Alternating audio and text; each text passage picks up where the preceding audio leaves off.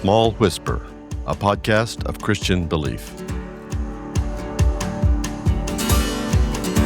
Welcome to episode 6.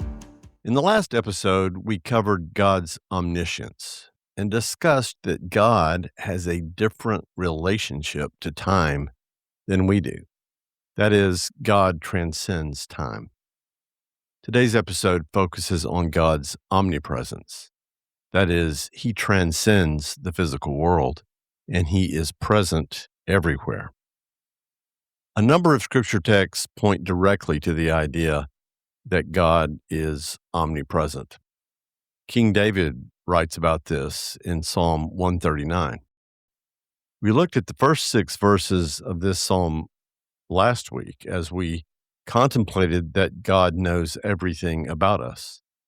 And in the next 4 verses of Psalm 139, the poet David moves from God's knowledge of our inner being, our heart and soul, to God's presence and knowledge throughout creation. Psalm 139, starting in verse 7, "Where shall I go from your spirit? Or where shall I flee from your presence? If I ascend to heaven, you are there. If I make my bed in Sheol, you are there. If I take the wings of the morning and dwell in the uttermost parts of the sea, even there your hand shall lead me, and your right hand shall hold me." David says, no matter where I go, whether I go up to the highest heights, down to the deepest depths, the furthest I can go in any direction, God, you are there. In a passage in the Old Testament prophetic book of Jeremiah, God speaks in rhetorical questions to address false prophets. Jeremiah 23, starting in verse 23.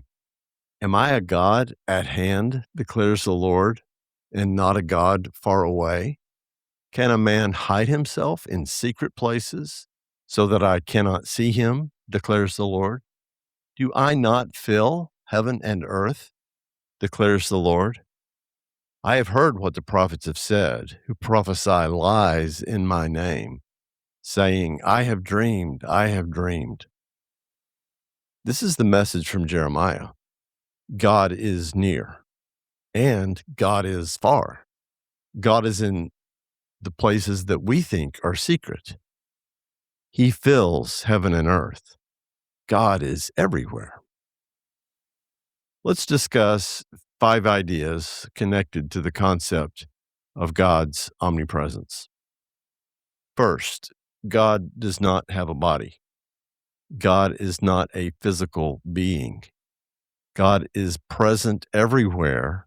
God transcends time, so he cannot be a physical being. The second idea, God transcends material existence. God created the physical world, so he cannot be contained by the physical world or contained within any space. At his prayer of dedication of the temple, Solomon prays, "But will God indeed dwell on the earth? Behold, heaven and the highest heaven cannot contain you. How much less this house I have built?"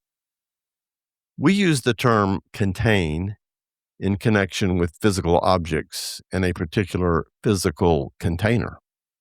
In a flood, the banks of a creek or a river cannot contain the volume of water.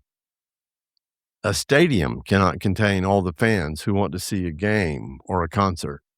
After standing room tickets are sold, no one else is admitted. It's not because God is physically huge that he cannot be contained. Terms like big and large, massive and huge do not apply to God. His existence is beyond physical existence. Terms of volume or mass do not apply to him. He cannot be contained because he transcends physicality. The third idea is that God is not only present everywhere, but he is also fully present in all of his being everywhere. God is simple, an important theological idea we touched on last week. That is, God cannot be divided into parts. Wherever he is fully present with all aspects of his nature. In our busy lives faced with competing demands, we say, I can't be in two places at the same time. But God is fully present everywhere at all times. And he's not distracted by his phone. This is another aspect of what we mean by omnipresence. He is not only present everywhere, but fully present in all of his being everywhere. A fourth idea. In a previous episode, we discussed the biblical idea of God's transcendence. God, the Creator, is distinct from his creation. With our understanding of transcendence in mind, we know that God's omnipresence does not equate with pantheism, which is the idea that everything is God. Although God created and sustains the world and is the source of all being and is present throughout the world he has made, the scriptural view holds that creation is not God. There is a separation between God and creation. A related idea to pantheism is panentheism, the idea that the physical world is part of God. Again, in biblical revelation, the Creator is separate from the creation. Creation and God are not one. And then a fifth idea. In an earlier episode, we saw God's presence to Moses in the burning bush. Someone might say, well, if God was present on that mountainside with Moses, was he at that moment absent everywhere else? Is this the moment when God was not omnipresent? And the answer is no. God's presence in the burning bush is an example of God making himself uniquely present to human beings for a particular purpose. We call this a theophany. There are many examples of theophany, especially across the Old Testament, and they're in no way to be interpreted as God giving up his omnipresence. God is infinite in regard to space, transcends space. He is present everywhere, omnipresent. This is awe-inspiring. It's really difficult to comprehend, yet beautiful as we consider who God is. In closing, let's reflect on where we are in our study of God. God is the ultimate cause of all things, the creator and sustainer.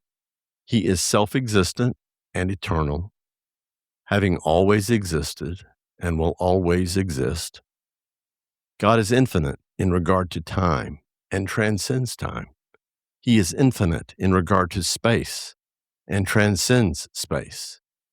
Yet, God is a personal being who reveals himself to us, is present to us and all of creation, and relates to his children as Father. As we've discussed, we can only know God as he chooses to reveal himself. And although we can know him, our finite minds are not able to fully grasp him in his infinite being.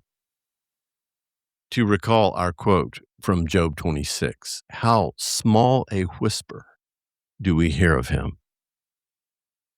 I'll close with a quote from Augustine, the 4th century theologian and philosopher. If you grasp it fully, it is not God.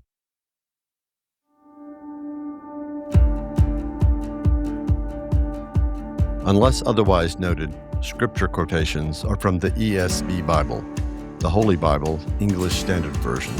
Copyright 2001 by Crossway. Used by permission. Small Whisper Podcast is a production of Small Whisper Media.